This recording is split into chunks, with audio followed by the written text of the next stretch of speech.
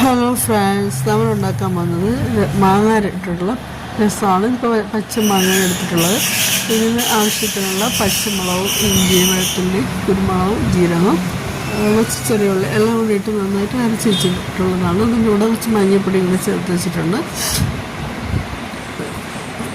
അതിൻ്റെ കൂടെ കുറച്ച് മാങ്ങ നന്നായിട്ട് അരച്ച് വെച്ചിട്ട് ഈ മിക്സും കൂടെ അതിൽ മിക്സ് ചെയ്തിട്ട് താളിച്ച് സാധാരണ രസം ഉണ്ടാക്കും പോലെ വയ്ക്കുക. അതിന് പുളി ഒഴിക്കേണ്ട ആവശ്യമില്ല. ഇത് നല്ല ടേസ്റ്റാണ്.